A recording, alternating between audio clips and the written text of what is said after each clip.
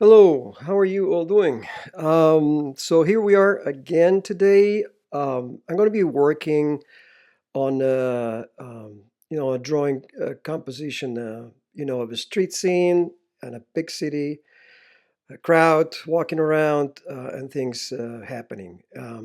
It basically, I'm here to talk about, how to compose in a way that it makes sense for the clarity of the image and focusing the view or the eyesight of um, the people who are looking at the drawing, right where it should be. um, you see, today I started with an underlay sketch, so that I worked out the rough composition first. What I'm doing now is that I started doing the inking. The inking, that it's digital. First of all, as you can see, it's on Photoshop. And I just want to say a couple of things prior to getting deep into it. One is that that kind of inking, it's going to be a little bit loose, just taking care of composition and the masses of lights and darks and a mid-tone.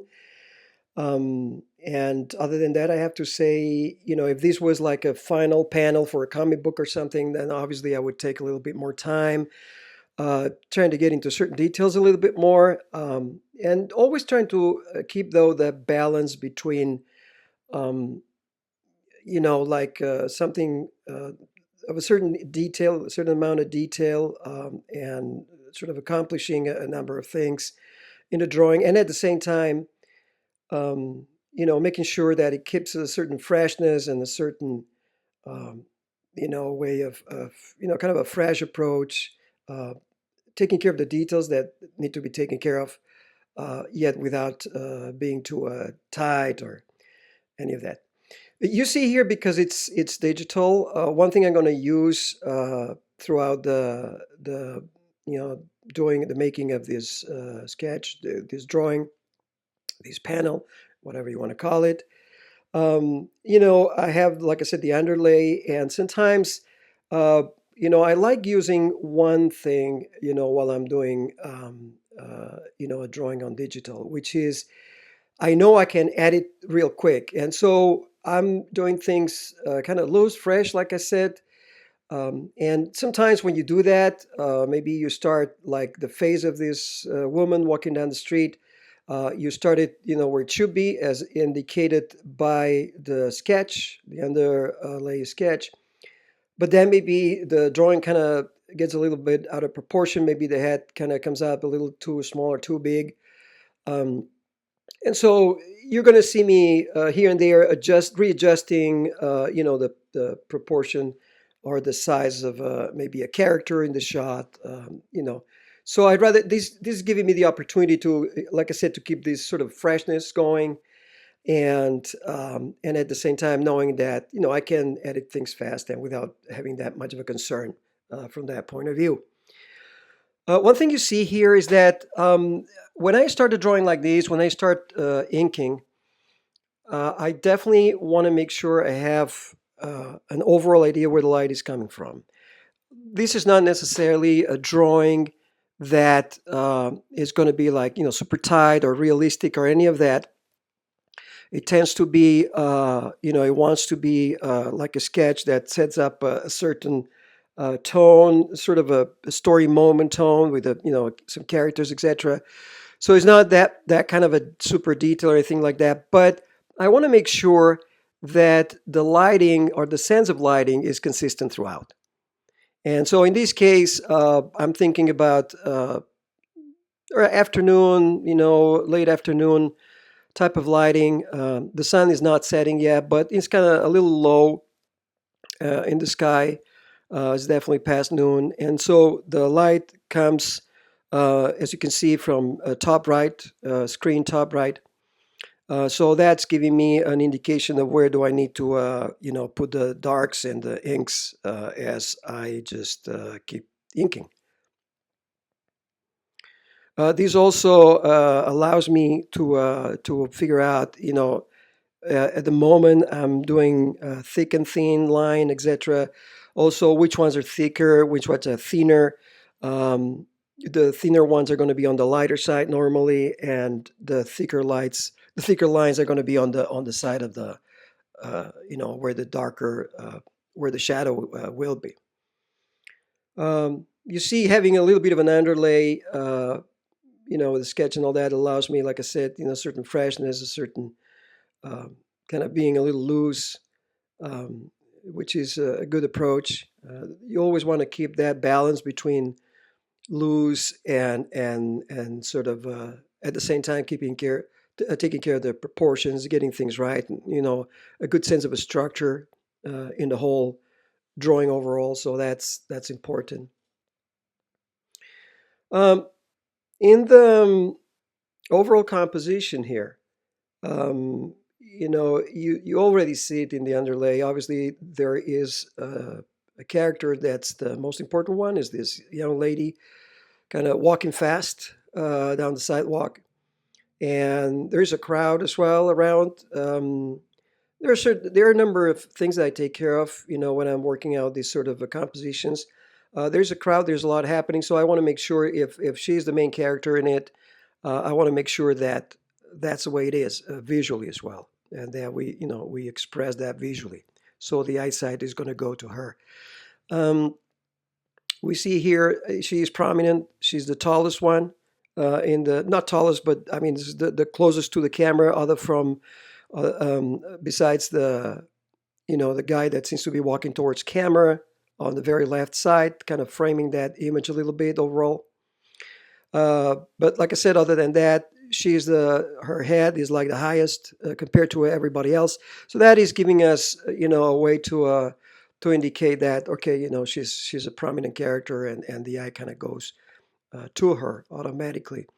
The moment we pull back, and I try to pull back from time to time. I kind of go in, take care of details, get a little tight, and then I pull back. I want to make sure that everything is working according to plan in the overall sort of the bigger scheme of things, and everything kind of keeps a balance, and it's looking good. I don't want to work all those details and then at the very end just pull out, have a general view and see that things are not really working. So for me, it's very important to keep that overall sense of view as well. So one of the things that we're going to see the moment we pull out is that she's sort of describing a diagonal, sort of a leaning forward. Her head is leaning forward, so basically the diagonal is kind of inclined in a way that the upper side of the line is sort of more to the left.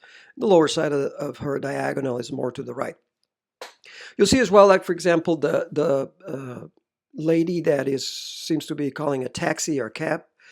You see that her diagonal is reversed. I mean, it's not reversed, but it's opposed rather than the main character. And so, and most of the characters, they're either more like standing straight, vertical, or they are in a diagonal that's opposed to her. So just to create, that sort of a special feel around her and that special sense of dynamics around her that again kind of gives that contrast between her and the rest of the image, the rest of the characters. Even the shadows, because the light is coming from top right as we see the screen. As you can see as well, um, it's just these kind of diagonals that the shadows are sort of drawing on the screen. They're also opposed to her, so she becomes more like a dynamic type character, and she's definitely in a hurry to get somewhere. Makes her more like an interesting character, and we try to figure out, what is it that is going on with her.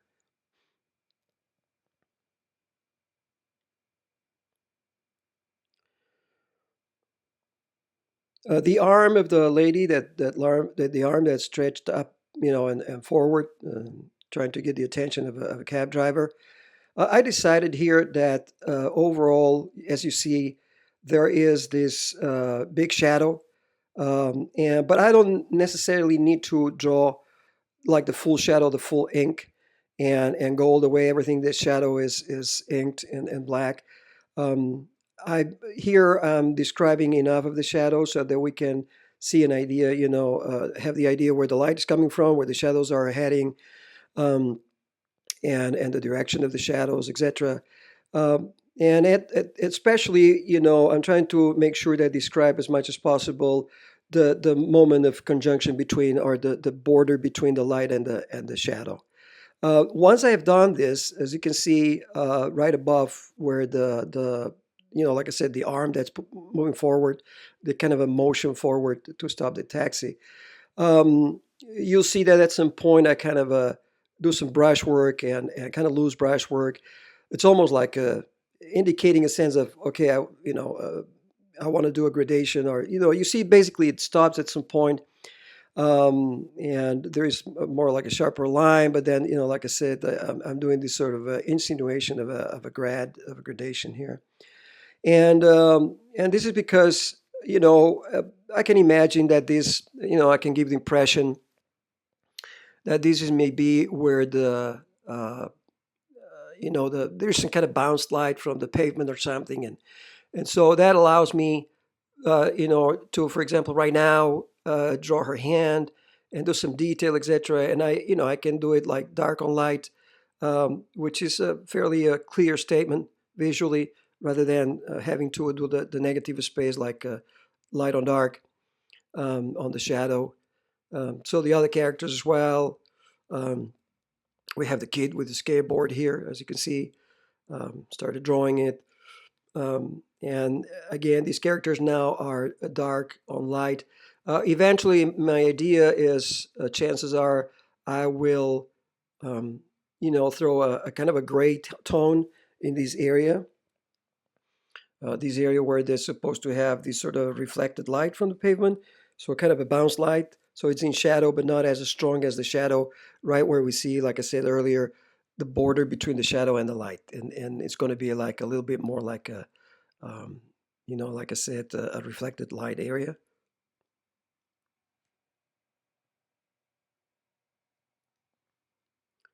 This is also a way to make sure we have solid inking and areas of solid inks and kind of a rich kind of a blacks, etc. Yet we don't create an image that is maybe too dark. It still allows for a certain, like I said, a certain bouncing light within the shadows, and this is not it's not necessarily everything that's a shadow is pure black. Um, Here I'm drawing. I keep drawing the kid down, but I don't care much of whether he is like perfectly in proportion with the other characters. Like I said, there you go. I'm now just taking care of it, um, reducing the size a little bit so it makes more sense in perspective. With the lady and all the other characters around. So that's one of the advantages of working digital, which is, you can definitely um, do this editing fast and nice, and so it works for you.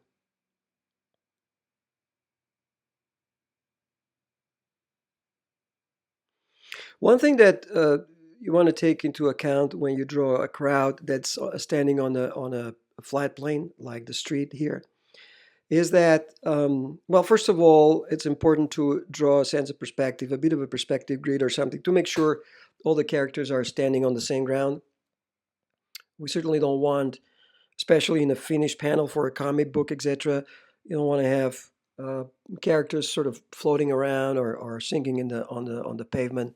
That's not what we need.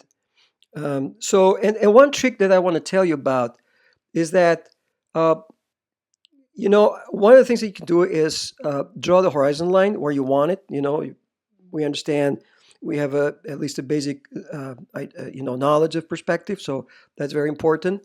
Um, the more, the better. But at least with this basic understanding of perspective, what you can do is draw the horizon where you think it should be, where you like it, and then after that, if take into account that if all the characters are standing on that flat plane, the street in this case, And let's imagine they're all exactly the same height. They're all, yeah, I don't know, 5'9", 6 feet, whatever it is.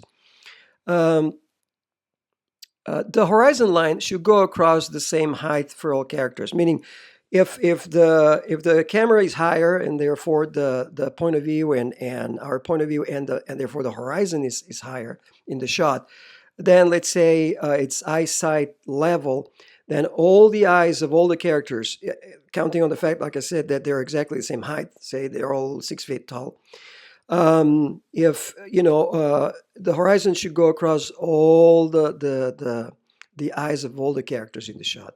If you lower, if you lower the horizon, if you lower the camera, same thing. Then, say for example, in this case, we could have the horizon going around across the ankles of all the characters, or the knees, or just below or above the knees, or the chest, or whatever it is. Um, as long as the characters are standing on the same plane and they're the same height, then that trick is going to give you an idea. Here, for example, all the characters roughly the horizon you can see, and they're a different height. Not all characters are the same height. There are adults. There's some younger kids, etc. And so that obviously is a big influence as well. But for the most part, with the adults, you can see that the horizon kind of goes roughly, below, a little bit below the knee level for all of them. So that's a trick that can, give you this idea that, okay, you know that at least you're getting it uh, as right, for a good look, for a good view. And it's not going to be something that's going to make you think, there's something very weird here and I don't know what it is. So at least, like I said, here I'm going to do the same, selecting the character because it was he appears to be um, further back, from the sort of a lady stopping the taxi. So therefore the bottom of the feet of this man's feet with a cane should be a little higher than hers in the shot. So I just reduced, creating some shadows, some contact shadows on the floor, um, to sort of unify a little bit the, um, give to give this sort of a feeling that things are kind of belong in the same image, the same way that you have the shadow on the characters, and then I'm sorry, the shadow on the buildings and the characters. So the ink, the ink, the brush strokes, etc. They sort of intertwine and they blend in certain areas, so everything belongs in the same physical kind of a space and lighting reality.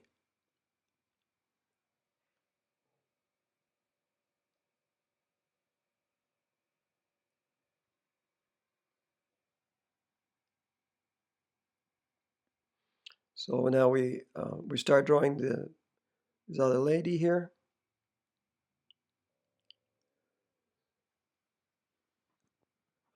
We do uh, the hair a little bit. She's got dark hair, so we make it look a little shiny by doing areas that are kind of a heavy brush, ink brush, and then maybe an insinuation of hair, the direction of the hair, in the areas that shine a little bit more.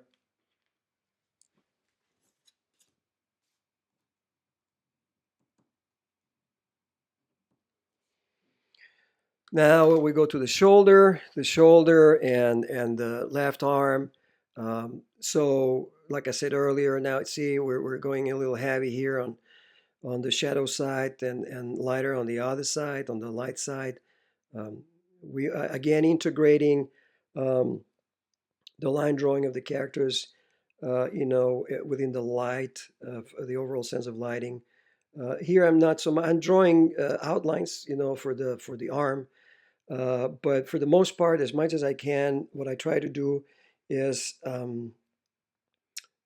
draw a line like it's shadows, like shadows of the folds on the coat, on the arm, etc., the fabric. So I'm trying. It's not so much the line that defines the contour or the outline of the character, but Yeah, in some areas that is a fact, but for the most part, I'm trying to describe volume, by putting uh, heavier shadows and ink, where the shadows are, and again describing volume this way, using the folds and the three-dimensionality of the coat, for example. Um, Getting into the shoes. I'm doing this. I'm already seeing that her feet are a little lower than the feet of the lady that's in a hurry in the foreground, the main character in the drawing. So I know that I'm going to have to just kind of pull the whole character up a little bit in the shot.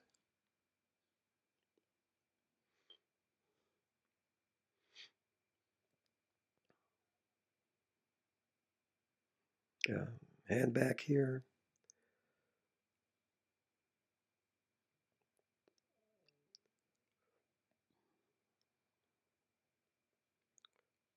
Pulling up a little bit, looking at her feet, and comparing also with the characters on the other group, the group of the where the lady is, the lady that's calling a cab. Um, make sure that. But again, I mean, it doesn't have to be like super precise mathematical, you know, uh, uh, measuring or because you always have to account for the fact that not all characters are exactly the same height. But within reason, sure, yeah, you want to make it look consistent um, and again, I mean, these being, if this was a final panel for a comic book or a storyboard or something that, maybe has a more like a presentation value that, you need to present it as a final work. Um, because here it's, I'm trying to go as final as possible, but at the same time, it's more like this drawing is more for me right now, like a device to sort of talk about all these things. It's not necessarily like a final drawing. Um, but, if that was, like a final panel, like I said, say for a comic book, I would certainly work out the perspective as accurately as possible. Try to draw, the height of some characters and different, distances further from the camera, closer from the camera, and so have that sort of guidance. I would draw like a grid on the floor plan, and again, once you have that, you're more confident. And these things, any perspective grid, etc. Uh, Normally, the first thing I do is sort of my artistic approach. Let's say I want to draw a composition that works, something that has a punch. That I have an idea of how the lights and darks can and shadows, etc. Can work. On the drawing. And so once I have that thing that has that punch, then I adjust things, and in context by creating a perspective grid, a vanishing point, horizon, all that thing. But sort of taking off from something that I already know has a punch. I don't want to start too technical and then kind of adjust to the very technical sort of structure, perspective, etc. Because then it's easy to sort of lose track of what really brought you to do that composition in the first place.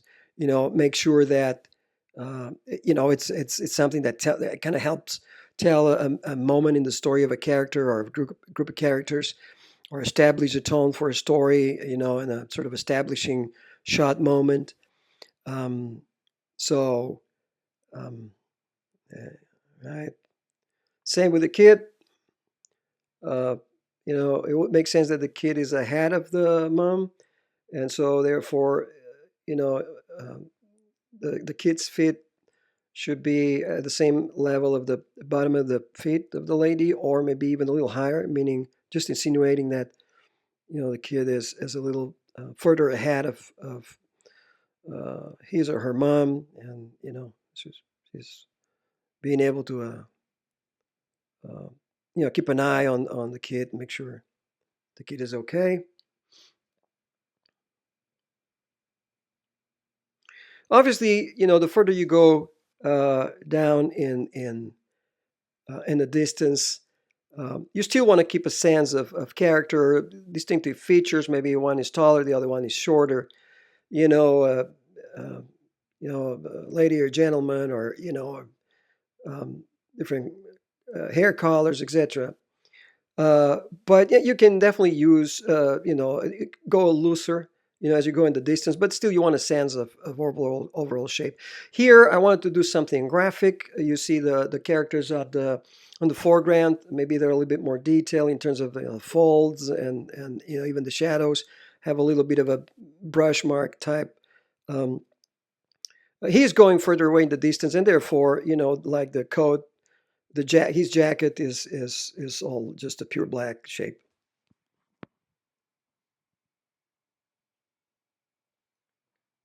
The line work on the leg of these pants helped me describe a little bit the what's uh, the folds, the direction of the folds, if there were any. Uh, there might not be folds in that part of the pants, but the brushwork kind of insinuates that kind of a direction. So everything kind of helps us uh, create a sense of um, volume, and because we're working on a flat space, on a piece of paper, or in these cases is a tablet surface, but still we got to give the sort of the illusion of the impression and the illusion of volume, um, using all these devices available to us.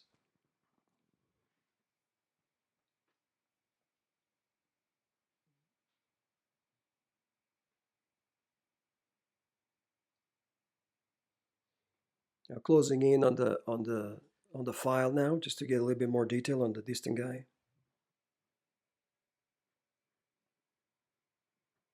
A little heavier on the left where the shadows should be.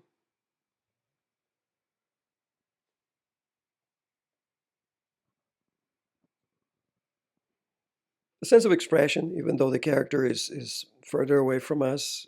It's nice to have a little bit of a sense of expression around their face. He's a little stockier, maybe a little shorter than the character with the glasses ahead of him.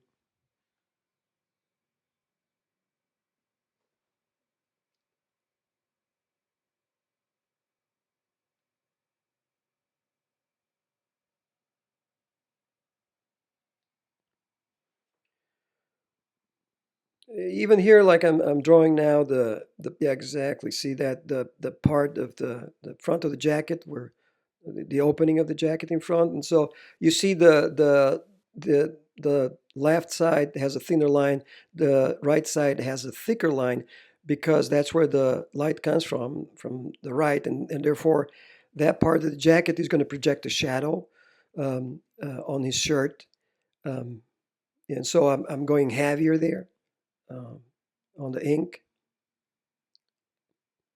And again, it's all about creating a sense of volume and shape and um, three dimensionality, using the ink, like the thick and the thin of the lines and all that stuff.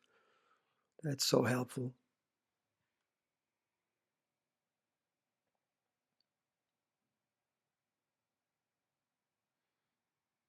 That's the leg that is kind of a further back from us. It's like a kind of a um, like yeah, like you're going back, and then now this is the leg that's kind of coming forward, and he's it's angled in a way in which the thigh is actually coming at us, and the knee is the closest part to us, and then he kind of bends back a little bit as he's taking the step forward. So there is a light at the top, of the leg that we see screen right, light at the top, and then we get into a darker area, at the bottom, which is it gets a little bit more shadow. It's because of the angle of the leg. He's holding a briefcase. Again, pulling back a little bit, making sure everything is fine. Here I marked a little dot. The moment I pulled back, I said, "Oh, it would be nice to have a top of a head, somebody's head there." It's just a little mark, but it helps me then to go in and know exactly where I need to start drawing the other character. It's all. This is something that I talk about in Framing Volume 2. having playing the balance, unbalance, and all that sort of thing. If you've seen the book, you know what I'm talking about. Okay, so down we go, like the upper body. She's wearing a long coat. The arm. Again, she's like further back, so the detail is not as much as the main character that we see in the right of the screen right now. Um, just okay. We just sort of designed the motion a little bit. One step forward, the other one back. She's in a hurry like everybody else in this big city. Maybe some vertical lines, maybe a little bit of a pattern on her long skirt. Um, just to make it a little different from the other characters, adding a little bit. Again, the light is coming from the right, so we start insinuating a shadow, on the left behind her as she's walking. So things are kind of taking shape now. Same thing here. We're insinuating a sense of lighting. It's nice sometimes to have like a darker uh, shape, a darker area in the foreground and at the bottom of the frame. So that kind of frames the image nicely. Again, we start going a little bit on the shadow of the characters, and this is one more step that's going to help us sort of keep integrating the characters and the background, the environment. That's very important, lighting wise. The same that I did with the jacket of the guy that has the wearing the black jacket and the tie. I'm just selecting an area that is basically the guy in the foreground. So I can just go there, bang, and throw a big shape in. And now we have, this, okay, balancing out the two arms a little bit more. Um, so that is, because, that kind of a character, unless it's a very important character, then obviously we want to get more in detail. But in this case, it's just a shape, so we have people further back, from her. She's in her own sort of plane. We have people further back, and so now we have this guy, in the foreground. So that kind of frames her nicely, I think, and so it creates this sort of a depth, impression of depth. But we don't need detail on the guy. As long as, but what we need to see though is that the shape of the legs walking, some dynamics there, a little bit of the elbow of the arm, as he puts his hands in his pockets. We need to, be a little bit, we need to make sure that the silhouette is very simple, but delivers what needs to deliver. If we get into a shape that we don't know exactly what it is, then, we might get distracted, and that's not a good idea. As being part of the audience, being distracted. Oh, what is this? Trying to figure out something that's not clear. So we can go very simple, very graphic sometimes, but again, there's got to be a clarity in whatever we're trying to say. Um, think in terms as well. We have other characters. There's one of the things that helps this silhouette of the guy in the foreground become clear as to what it is that we have the same image is kind of echoing in other characters. Like I said, I mean, maybe look at the fellow with the dark jacket towards the center with the glasses. It has a similar pose, and so you create a pose that's clear, like the guy with the glasses, and then you create similar poses for other characters. And even if these other poses are more graphic, more like black silhouette, etc., you still kind of echo something that you already established clearly in another character. So that helps, the clarity as well. Rather than if we were having a character that's the only one, doing that sort of a pose or whatever, then nobody else is echoing that pose. Then it becomes more like unique, and then maybe the readability would need to be a little bit more clear, if need be. More diagonals on the shadows.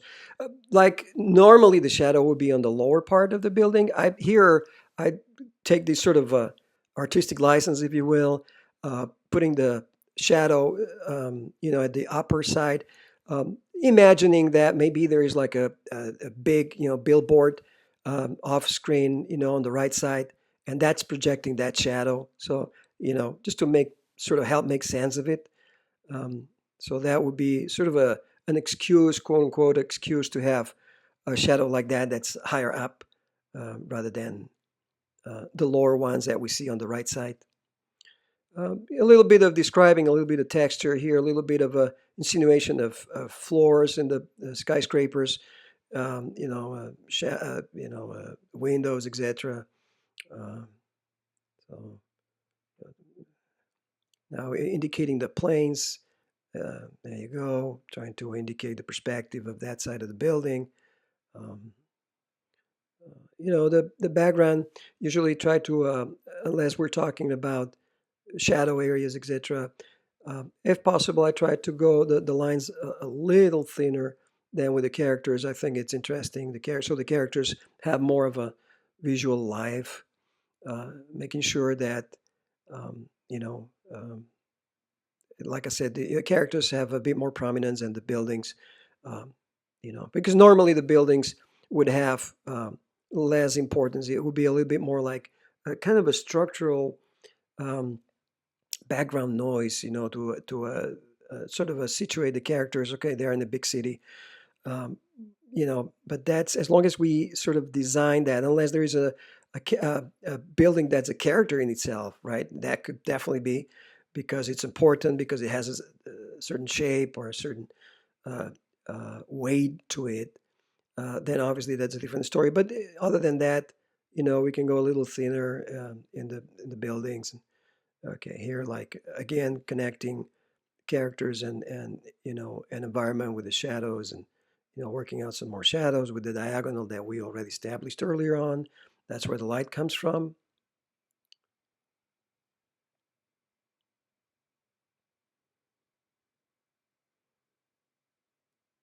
Doing these lines on a separate layer obviously allows you for, just take it easy, just go at it, do the lines that you need to do, and then you can select, like here, you can select whatever is overlaps with the character. It shouldn't be, obviously, and just erase them easily without having, again, another big advantage of working digital.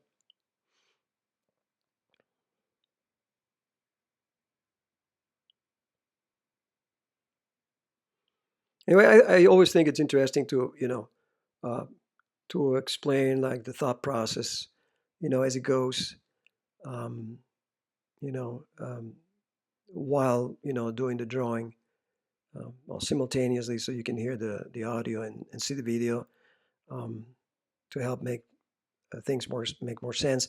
I just created a lighter, less opacity layer on top. I threw like a sort of a black layer that I took off a lot of the opacity, so it becomes a gray. Um, and now, just to give it that little bit of extra, volume, and now I can just work, the brightest spots in the image, by adding um, some whites on it directly where the light comes from.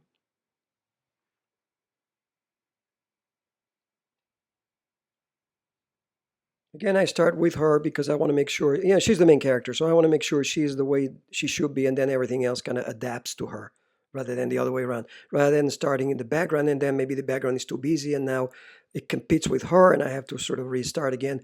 I establish her as I think she should be, and then everything else I know needs to be secondary. There's a sort of a big billboard here as an excuse for a punch of light that kind of sort of cuts out the characters in the foreground.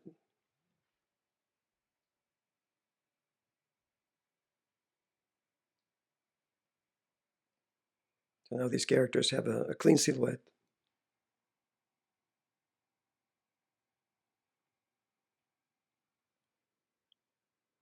Okay, we're not too far from done here.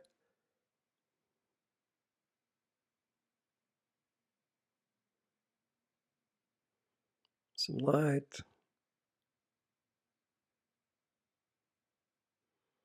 A white shirt, and then the light coming from the right side. And again, I just want to say, this panel here is for the sakes of the example and sort of an excuse to talk about composition and inking and all these things at the same time. Um, so again, if it was like a final, panel on a comic book or something, it would, normally be more detailed and more rendered in certain areas, and you know,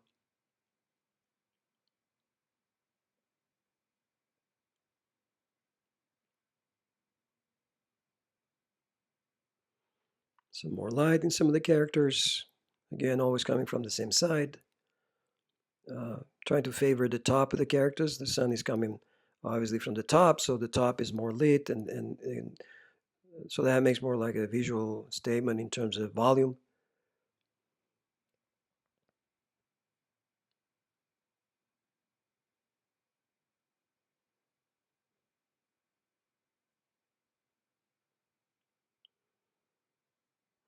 Like a mid-tone. Here, another gray.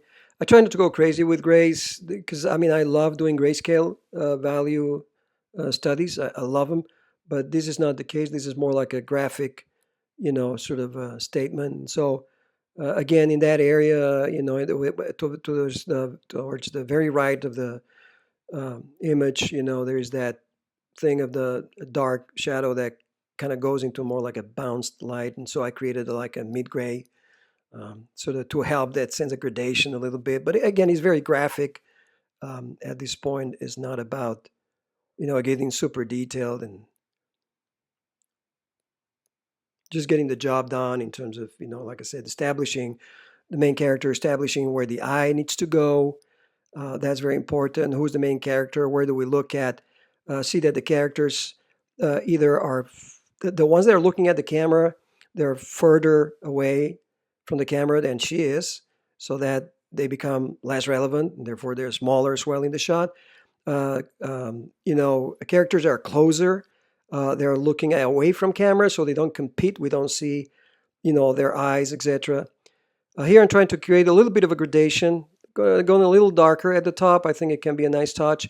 Select the bottom edge of it, go filter, and I'm going to try to blur it. There you go. So blurring the bottom edge, okay. And now cutting out where the lights are, and so I can just erase that part of the gradation and have that thing pop even more than it did before, as now the sky is just a notch darker at the top. Um, and like I said, this is about composition as well.